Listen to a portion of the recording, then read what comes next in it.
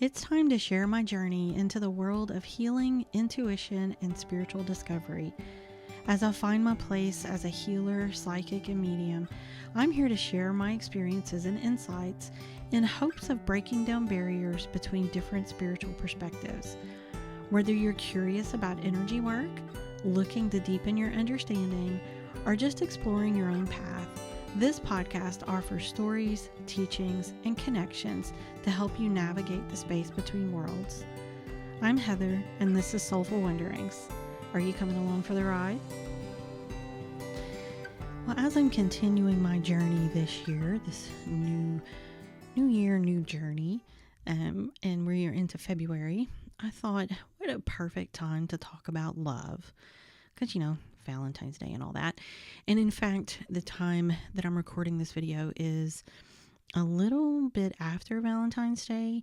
I actually took some time on Valentine's Day and was sort of just reflecting and contemplating what Valentine's Day really meant to me, because I guess I find the concept of Valentine's a little fascinating. I don't know, anybody else?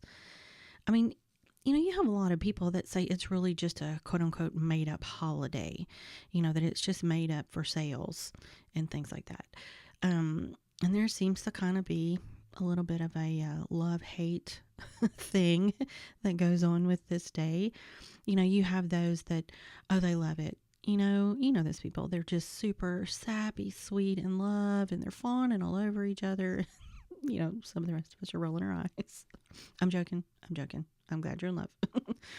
You'll have others that will literally just boycott it. You see them, it's to the point that they wear black. They'll do anything that is basically the opposite of anything that represents Valentine's Day. And then you've got the rest of us that are kind of in the middle, I guess. We just kind of roll with it, you sort of take it for what it is. It's looked upon in today's society as a time of love, as a time to celebrate love. And it's fun, and it's kind of a why not? It's neat, I guess. We'll go with it. Why not? So let's take a minute. Is it made up? What is the history of Valentine's Day? So I looked into it a little bit, and there seems to be kind of a couple different takes on it. I guess you would say it may depend a little bit on your belief system as to which way you go. So, for instance, one history that I found was that the ancient Romans celebrated Lupercalia. I don't know exactly how to say it. Please don't come for me, but I think that's close. And this was celebrated on February 15th, and it was a fertility festival that was dedicated to Faunus, I believe is correct, who's the god of agriculture, and the founders of Rome, which would be Romulus and Remus. So this celebration evidently involved animal sacrifices, a lot of feasting. That seems to be the norm for all these celebrations back in the day, right? And of course, there was a matchmaking lottery where men and women were paired together. Now, according to history.com, which is where I found a fair bit of information, it was actually pretty bloody and violent and somewhat sexually charged. So, I don't know, kind of feel like that's not really what most of us associate with Valentine's Day today. But, here we are. Then there is the connection to several Christian martyrs. That probably the most famous story with that would be of Saint Valentine of Rome. Legend has it he was a priest, and he defied Emperor Claudius II's ban on young men getting married. Apparently, it was believed that single men made better soldiers. Okay, so Valentine apparently was performing secret weddings. Good for him. And that then he was executed on February 14th, hence the date of Valentine's Day. There's also a legend that tells of another story that happened during Valentine's imprisonment after he tutored a young girl named Julia, who was the blind daughter of his jailer. And this legend states that God restored Julia's sight after she and Valentine had prayed together. And then on the eve of his execution, that Valentine supposedly penned a note to Julia and signed it, "From your Valentine." And there are some historians that actually believe there was more than one man named Valentine that was actually executed by Claudius II, which I think is just crazy, y'all. But anyway, despite the sort of ambiguous stories that surround Valentine and his life, the Catholic Church actually declared him a saint and listed him as being martyred on February 14th. Now, by the 14th and 15th centuries, a lot of poets had popularized this idea that February 14th was a day for lovers. You know, in the 17 and 1800s, you had a lot of people exchanging handwritten love notes. And then in the mid 1800s, you started seeing more mass-produced Valentine's Day cards. And those were becoming more popular because you were starting to see advances in printing. And then, of course, around the 1900s to now, you know, the holiday has kind of expanded beyond these cards. And it includes flowers and chocolates and gifts and, you know, lots of romantic gestures. You know, you see a lot of people getting engaged or even getting married on Valentine's Day. But here's the thing that I believe and that I think is the case. Valentine's Day, it's not just for romance. It's a day of love, right? Nobody said it had to be romantic love. It can also be a day for self-love, for celebrating maybe your friendships in your life, maybe your family. Maybe you have a great relationship and a lot of love and support from your family. So this can be a time that you can really just have appreciation for all of those relationships that you have in your life.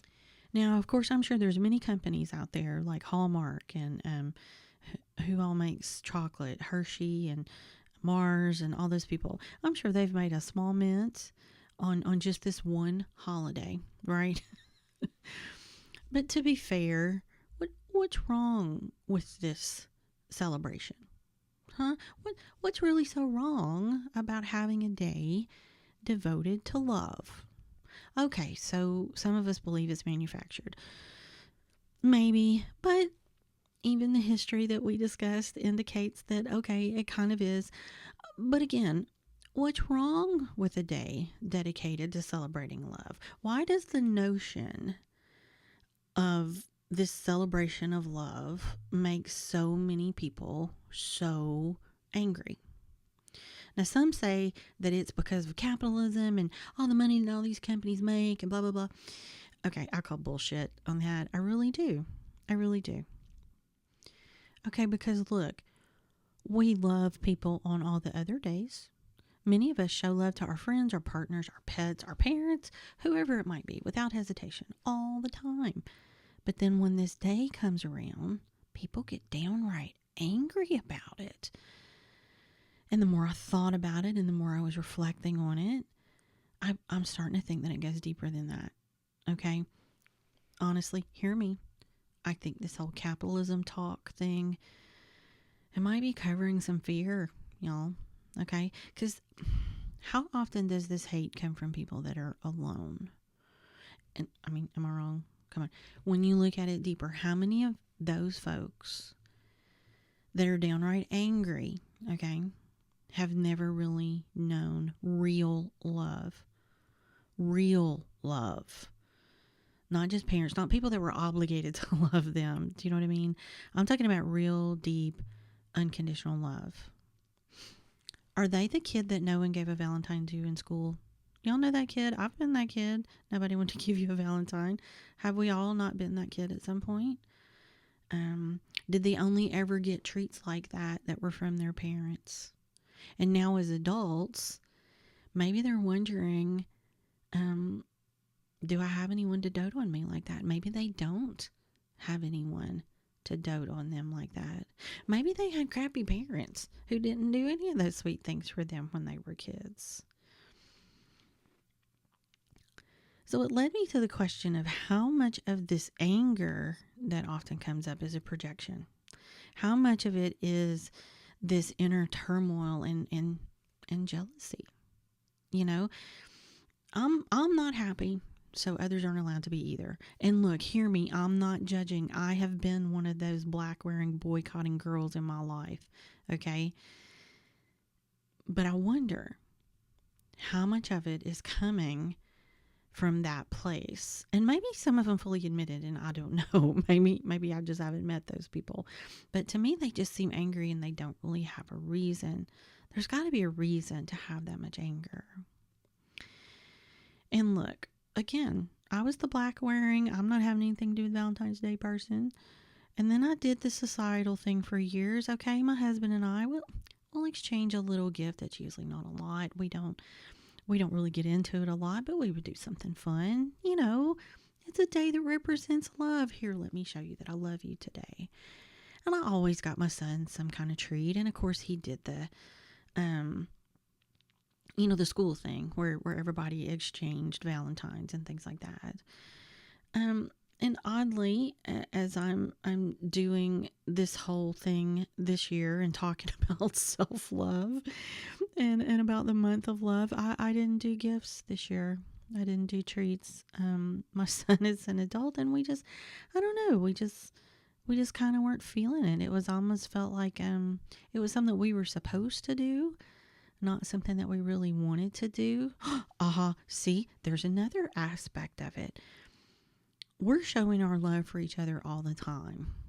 So why do I need a special day? And to be honest, I'm not someone, I don't need flowers or candy, or often I don't even want that kind of stuff. And this year, like I said, we're just kind of lazy. But I get the people that really embrace this day. And let's be honest, it feels great to get something special from someone who cares about you, even if you are that person. And look, I'm justifying it. We celebrate our love all year, but it is something that is really lovely.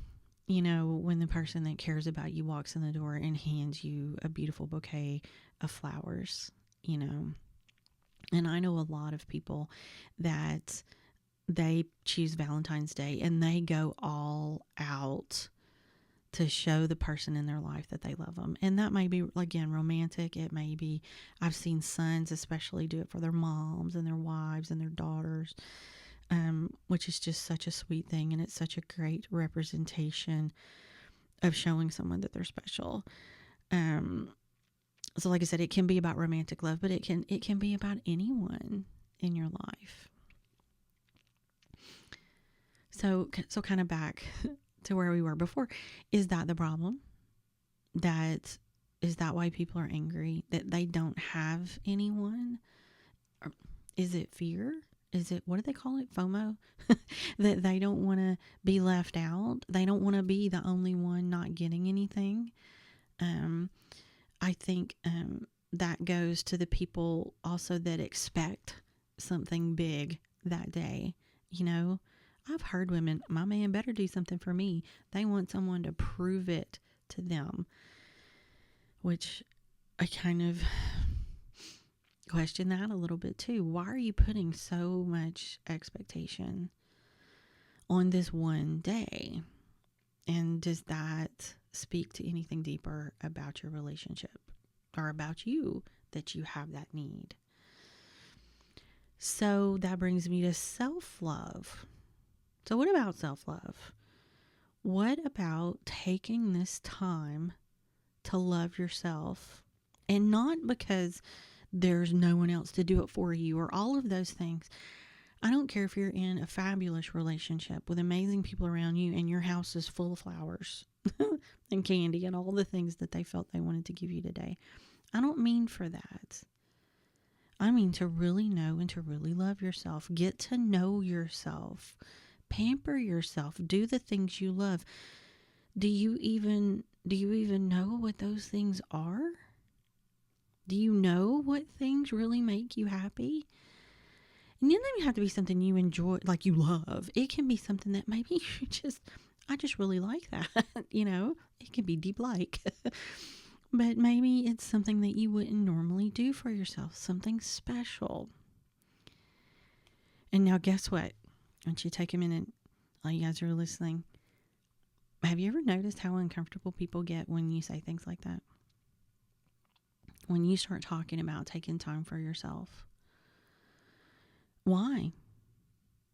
Ask someone. about self-love and why are you feeling comfortable? And they'll start hemming and hawing, and they're like, because, I don't need anything.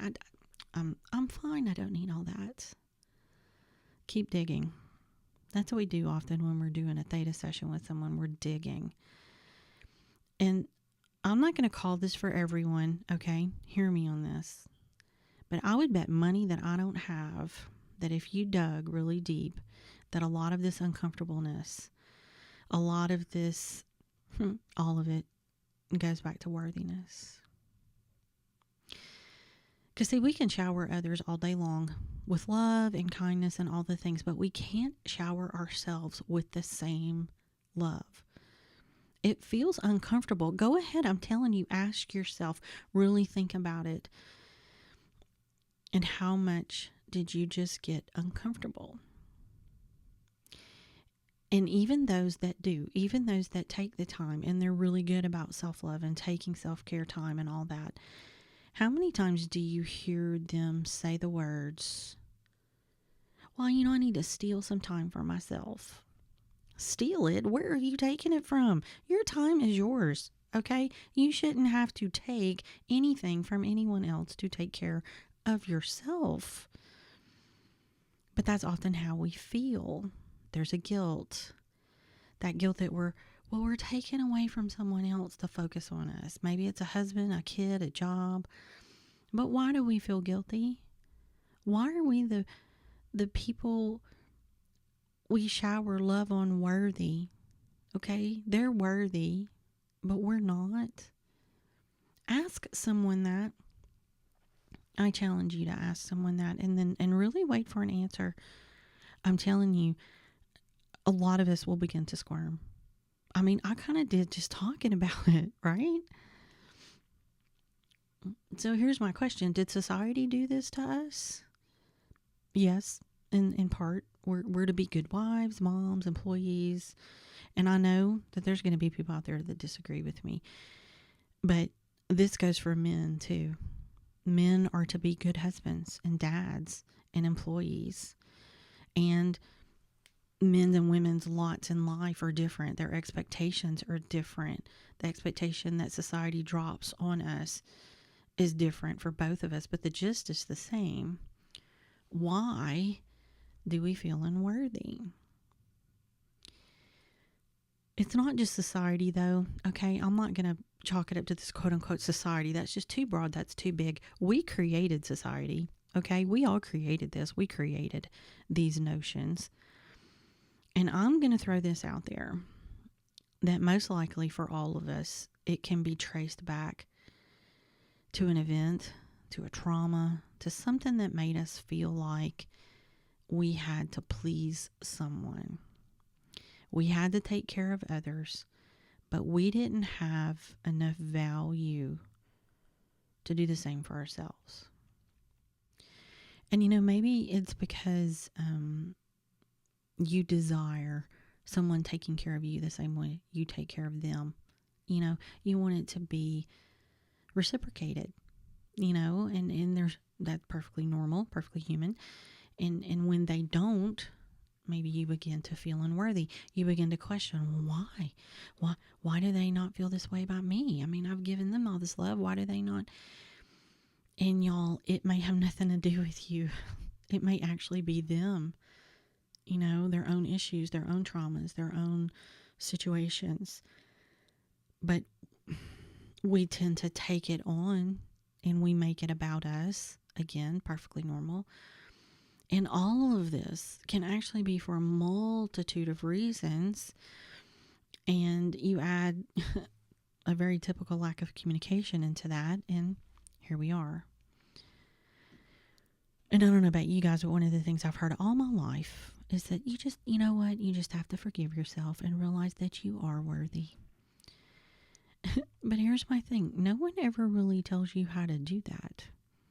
They say it, but with no action plan. Nothing. So even if you try, it often doesn't stick, Well, just be more confident. Well, if I could be more confident, I would be more confident. I mean, come on, give me some thoughts here. And one way a lot of people may try this is they try by doing the things, okay? By taking the time, by really setting those boundaries and making them non-negotiable, you know? And then you start to figure it out that, you know what? It's all fine that I do this. The world did not end. No one got mad. And so you thought, cool. And you did it again. And you created a habit. Now, have you ever noticed that habits tend to be subconscious? You know, we just kind of do the thing without thinking, right? I think that's often why we act the way that we do for almost everything in our life. It's a habit, it's a conditioning, and it can be simple everyday things, okay? You fold the clothes the way you've done all your life. Your mom or somebody in your life did it that way, and that's the way you did it. Or that's the way it fit in your drawer, so that's the way you fold it. And you don't really think about it. That's just what you do. You probably cook things a certain way. When you write notes in a meeting, you hold your pencil a certain way. You brush your teeth a certain way, in a certain order with a certain rhythm. And it's just subconscious because you've just done it for so long that you really don't have to think about it. Okay, so you know what the real bitch is? Those are the good things or the mundane things. But that reaction, that automatic thing that you do when you're triggered, that's subconscious too. That's conditioning. And you know what the bigger bitch is? It happens without a trigger or without a noticeable trigger. Sometimes even the simplest things in life are a reaction that's ingrained in our brains from our childhood or our past experience.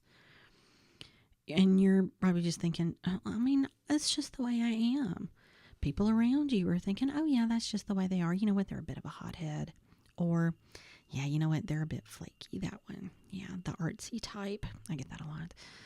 Or maybe it goes further. You know, they just can't keep a job or a boyfriend or whatever. Ever since the day I learned about theta healing, energy healing, and understanding the subconscious and the conditioning, y'all, I see it all the time in almost not only myself, but in other people in my life or people just around me. So for example, the other day I got angry about something happened that's not really important. And I am a bit of a hothead. Anybody that knows me knows that. And I was mad. I was mad. And I was, as one of my coworkers said, that she knew I just needed to feel my feelings, and I was in it. I was feeling it. And after, I don't know, a couple of minutes or whatever, I stopped and I went, okay, wait a minute. Why are you this angry? Why are you really angry? What has made you angry? The thing in front of you is really not that anger inducing. Okay. The catalyst to this, the trigger, if that's the word you want to use, was not that anger inducing. Okay. It just wasn't. It was a thing, but it wasn't a huge thing. Okay. It was a little bit more of a kind of a disrespectful thing than a big issue. So I sat down and I stopped and I had a little talk with myself. I said, okay, why are you really angry? What has really made you angry? And I started tracing it back, and I started looking at my reaction and why I had that reaction. And as I analyzed it, there were several things that were factoring in, and I was starting to trace it back into my childhood, actually, where I could see where me having that reaction started. And in that moment, it had sort of planted itself in my brain. You know, this action, this thing equals this reaction. So, of course, now I know, having done the theta work and things like that I can work on that, and I can look at that belief and I can change it, and I can teach my subconscious something different. I can teach my subconscious to look at things a different way.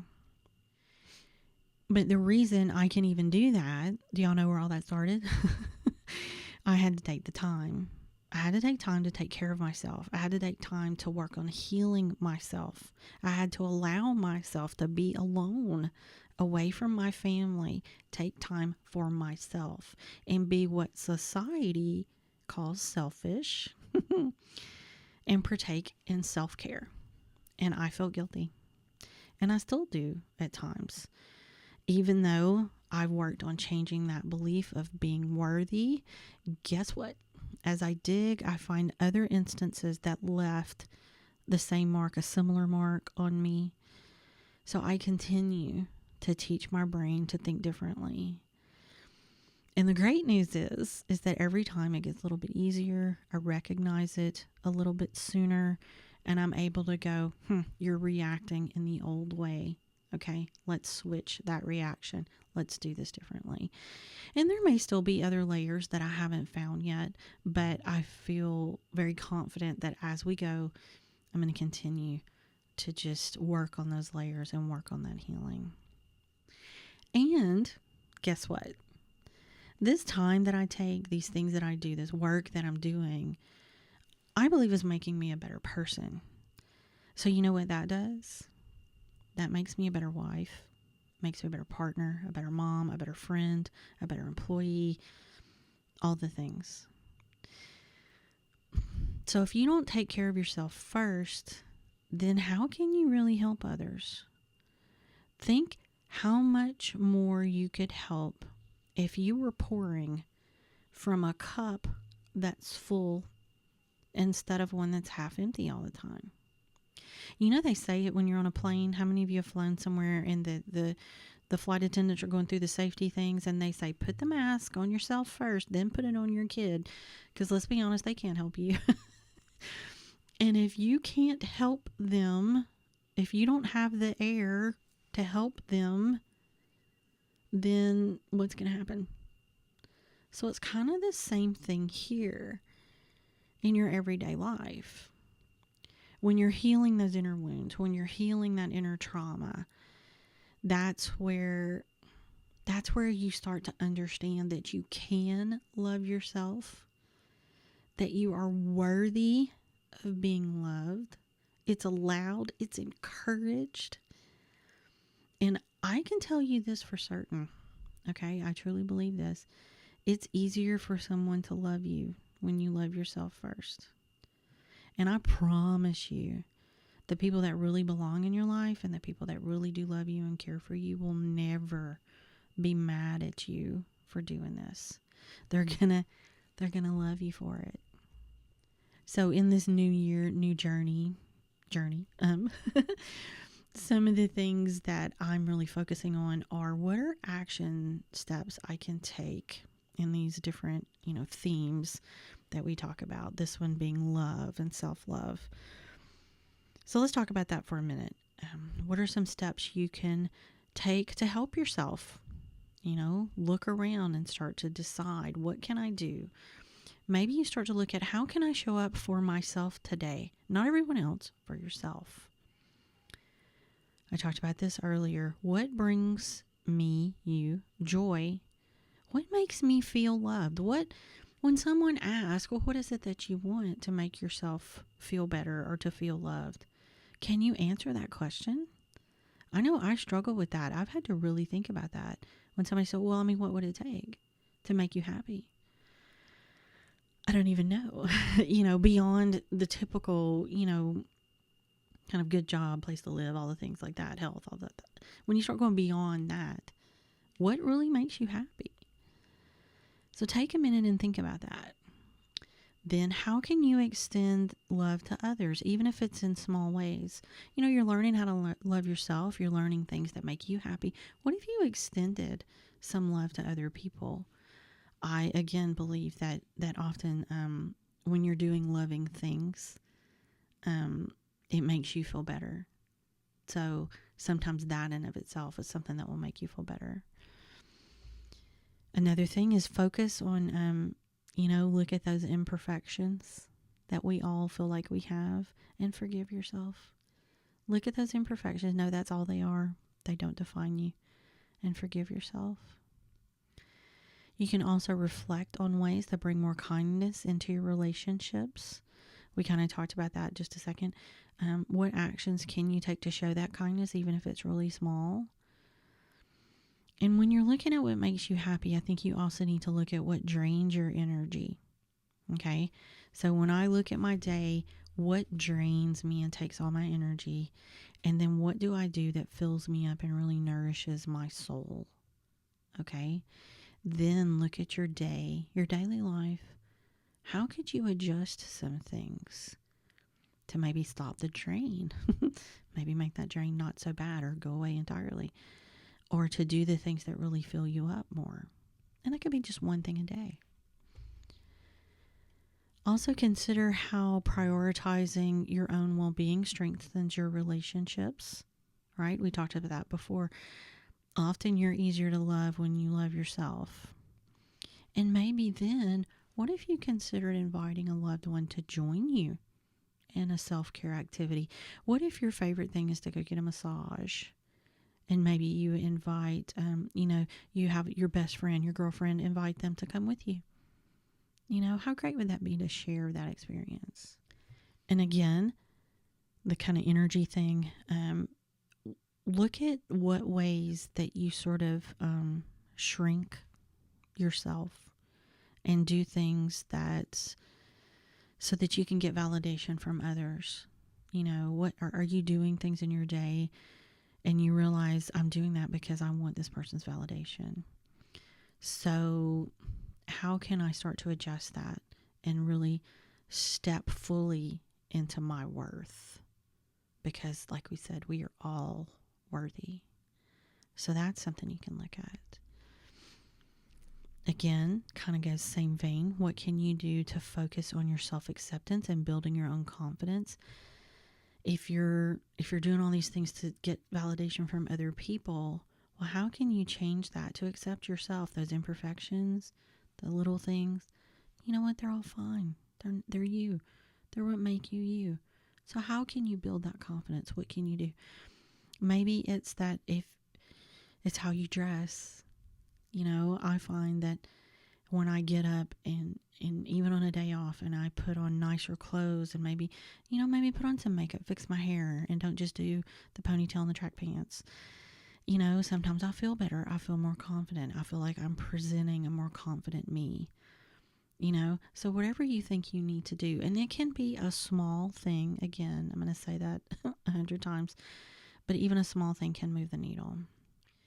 So when we're talking about our self-worth and you're looking at, can embracing your self-worth, would that help you show up more fully in your relationships? And that's any relationships, okay? Friends, partners, whatever that is. What if you wrote a note showing appreciation to that person that you love, celebrating their worth? What if you did the same for yourself? We're always writing these letters of full moons when we're releasing all the things we want to release. But what if we celebrated? What if we celebrated all the things that are fabulous about us? It's a great journaling exercise.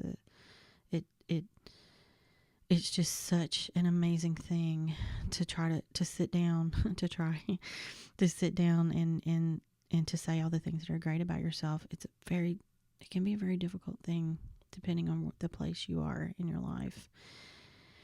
You could journal that. You know what? You can journal that now, and then next year at the same time, look back and see what progress you've made. That would be awesome.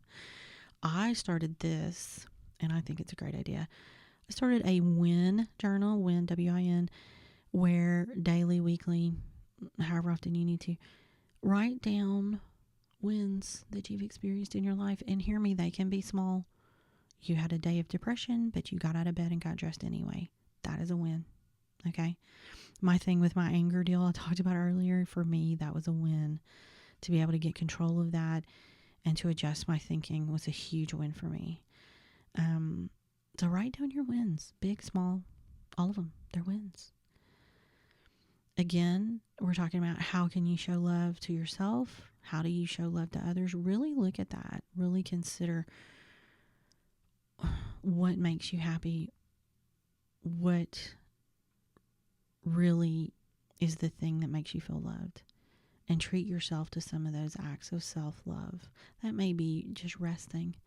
It may be the opportunity to be creative today when you normally can't do that. I know for me, it's always a treat when I can go out and shoot pictures or something.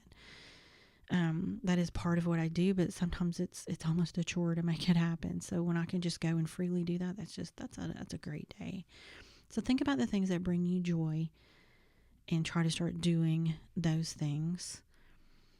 And as you're doing that, consider how you can show love to others. Actions, spending quality time, whatever that is. So the idea here is we're identifying, right, what makes us happy, what makes us feel loved, what makes others feel loved. How are we showing up for ourselves? How are we showing up for them? And starting to just recognize all of that and make those little adjustments to make those things better. And you would be surprised how even those little adjustments every day will grow, and you'll start to see your mindset change, your attitude, just so many things about you will just lighten and become better. So it's time, you guys. It's time to stop being uncomfortable. It's time to do the work. It's time to get comfortable with love, especially with love for ourselves. We are worthy, and it is time to be comfortable with that. I would love it if you would share any ideas that you've had for yourself or to show others love. Share your wins. Let's all celebrate together. You can find us on our Facebook page, Soulful Wanderings, also on our Instagram. And you know what? Let's share all this. Let's really celebrate all these wins together. Okay? Hope you guys have a great month, and we will see you next time. Thanks so much for joining us today. We hope you enjoyed today's episode and that it has helped you move forward in your journey in some way. Make sure and like and rate and subscribe and, do all those things for our podcast, because it really helps us out. Links and other important things you need to know will be in the show notes. And if you have ideas of topics you'd like to hear about or questions you want us to answer, you can drop those on the Soulful Wanderings page on either Facebook or Instagram, or you can drop us an email. Again, check the show notes for all that. If you're interested in theta healing or reading or just more spiritual topics, head over to our website, soulfulwanderings.com. In the meantime, take care of yourself and each other. Until next time.